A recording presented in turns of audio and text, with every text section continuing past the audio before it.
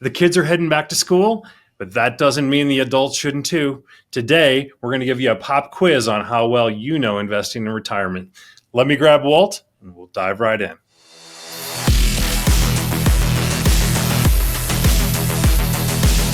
We're back on Power Your Retirement. Walter Storholt alongside certified financial planner, advisor Steve Smith. And it's great to be with you again, Steve. And are you ready for this pop quiz? I mean, you're going to kind of take this too, along with our listeners. I'm super excited for it. And my kids are not as excited for going back to school, but I'm excited to go back and do this financial education. So I'm gonna lead by example here today for my kids. There you go. But one of your kids is going to college. I mean, that's pretty exciting, right? Well, yes, she's very excited to head off to university. Yeah. The other two, the twins, not so much. I think they're doing it, and I might have to, haul them out of the house kicking and screaming because they just want to play basketball and video games. So nice. I remember there being quite the difference between getting excited about going back to school when it was college versus, high school and the other grades. A little less exciting, but. Yeah, nice. And enticing them with sneakers and pencils and notebooks isn't working anymore. It's not? That's so surprising. Unfortunate. All right, well, let's dive into our pop quiz here. We invite our viewers and our listeners to play along with us a little bit. This is a great way to just kind of test your knowledge and see where you are. We'll pop the questions up on the screen as we go through them as well, and you can kind of see what you think the right answer may be. Mm-hmm. So, Steve, question number 1, what age can you receive full Social Security benefits if you were born after 1960? And your multiple choice options are 59 and a half, 62, 65, or 67. What say you, Steve? And then let's dive in a little bit. The date gave it away, 67. Nice. So why is that the right answer? Because I'm sure some people are saying, oh, I thought it was a different date. Because of the birthday. That's what I had to do, because there is lots of different dates. But after 1960, it's all 67. Yeah. And so, and it's like a very big sliding scale, right? This is not a very easy thing. Like there's this transitionary time period where some people are half years or quarter years and things like that. Is that correct? Yeah, they do it. 67, like my own father was 66 and 10 months. Right. Is like what that. He was. So it breaks down, but it's all a matter of when you were born. So if you're in the 50s, you're probably still getting, if you're born in the 50s, well, you've already turned it on. So, you're probably, 67 is a solid number to go with these days. Yeah, so it's pretty applicable and widely known. I guess the other thing that could trip people up on this one is we were talking about full Social Security benefits. That's a little bit different. If somebody had 62 in their mind, they're probably thinking more of when I can start Social Security. Oh, absolutely. You've got 59 and a half, which is when you can start without penalty and, without 72T. There's a couple workarounds, but generally speaking, 59 and a half is you remove the penalties. 62 is when earliest of Social Security. So all of those dates are trigger dates. It's just when you get full retirement, which is a bigger deal than what you think, because there's some benefits that come with that. And I'm sure we'll do a show on that one day too. Yeah, absolutely. Let's move into question number 2. By the way, if you didn't get number 1 right, no problem. Don't panic. But that's kind of an interesting thing to note, that perhaps you're not as well prepared for retirement as you might think or hope to be if you don't know that Social Security answer. So that's the purpose of this. If you find yourself through the 5 questions we're going through, not getting all 5 or missing out on a couple of these, might be a reason to poke in a little bit further into your financial plan and see if you're truly ready. Let's jump into number 2 here, Steve. What is the maximum annual contribution limit for a traditional or Roth IRA for individuals aged 50 and older in 2025? I'll make it easy. $1,000 increments. Is it $6,000, $7,000, $8,000, or $9,000? All right. Well, I was going to say before, you're trying to trick me there because you threw an age in there.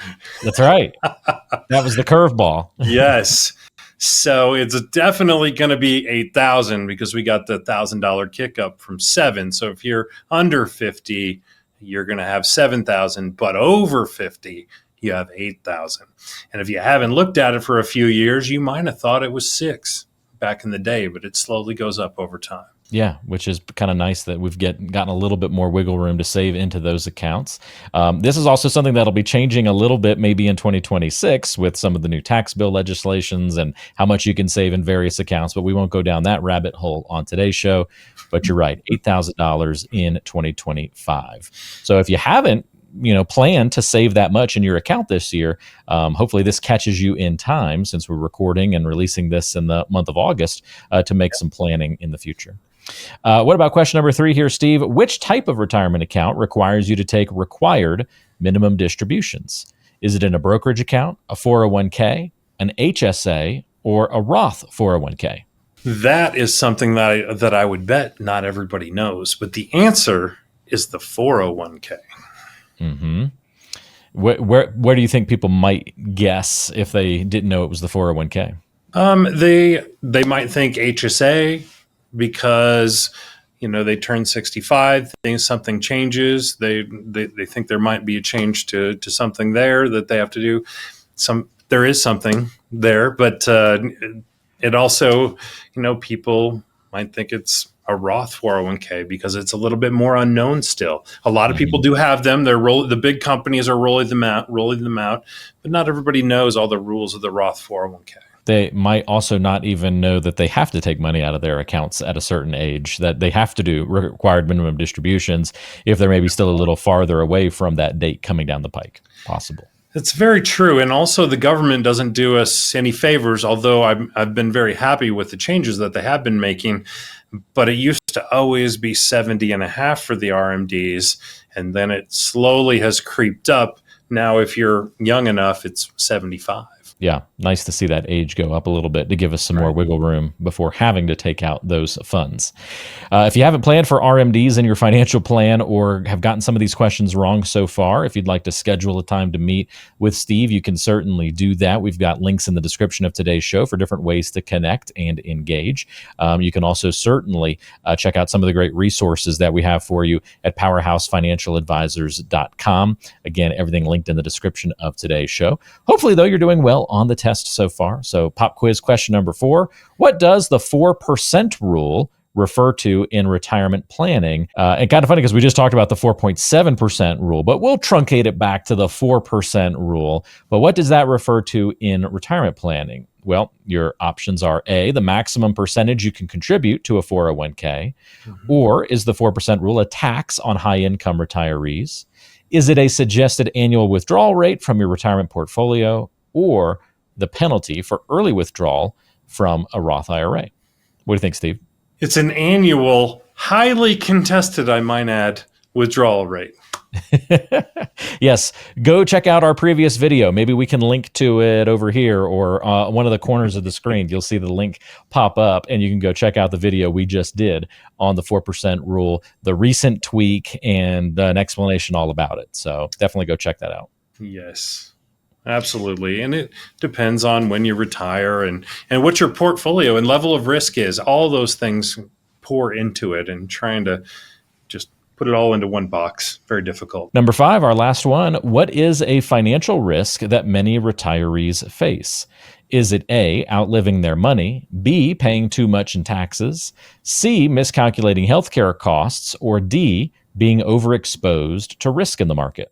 I have to say I like all of them. Oh, we have an option E, so you can say all of the above if you want. All right. I was getting worried there. I was going to trick you by leaving it off and see if you just picked one. So that's what I was thinking. All right. Well, very good. I'm going with all of the above. Yeah. Is there one that stands out more than the other, or does it just kind of depend on the person when you meet with them to see what's really concerning them and what the biggest risk?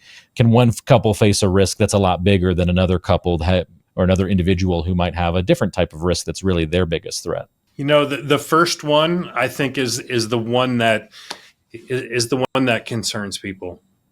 Is outliving their money while they're working. They want to have more money than month, right? You don't want more than money, but in retirement, it's so big because it's a chunk. It's not just a month. It's decades, and nobody wants to outlive their money. So as people get close, they get real nervous about am I okay? And, I just had 2 clients retiring that I've been working with this week. And that is a lot of our conversations about healthcare and about Social Security planning and, do I have enough? And, all those things are hard for people to get their head around. So definitely that outliving their money is number one. Okay, very good. Well, you did well on the quiz, my friend. 5 out of 5. Hopefully our listeners did well also. If you didn't and you'd like to learn more about, all right, well, how can I get better knowledge about retirement, about all of these financial types of conversations? That's something that Steve's doing for folks all the time, especially if you are an employee of a publicly traded utility. Steve has specialized plans and opportunities for those types of employees. So you definitely want to reach out if you've got some questions. A great place to start is go to powerupyour401k.com. We've got that linked in the description of today's show. You can check out Steve's book, order the toolkit that's packed with lots of good information, and schedule a time to visit with Steve if you're ready for that step as well. So interact in one of those ways, linked in the description of today's show again, and all at powerupyour401k.com. Back to school, the more you study, the more better you do, right, Steve? That's what you're telling the kids. Same with retirement planning, and that's what we hope folks got out of today's episode. Absolutely. And just for this episode, I wore some glasses. So if you're following me, where did the glasses come from? You got to stick them further down the nose, like the librarian look. There you go. Yeah, I like that. I really don't need glasses. I have 20/20 vision, but it enhances the screen and blue light and all of that. And with the amount of screen time I have, it definitely it helps. So I wore these just for everyone for one episode. Nice. I love it. Fantastic. We definitely went back to school with Professor Steve on today's show. All right. We'll wrap it up there. Don't forget to like and subscribe this video. Share it with friends and family if you found it helpful and think they will as well. And come back and join us next week for another episode. Until then, take care. We'll see everybody next time. All right.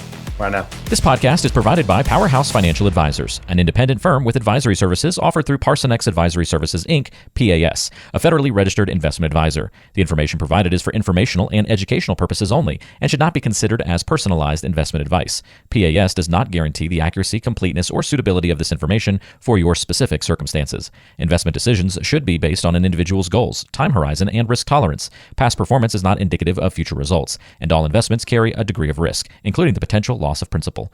Any case studies, testimonials, or endorsements shared in this podcast are illustrative of individual experiences and may not be representative of the experience of all clients. They do not guarantee future performance or success. You should not infer any level of assurance regarding future financial outcomes. Listeners should consult with a qualified financial, tax, or legal professional before making any investment decisions.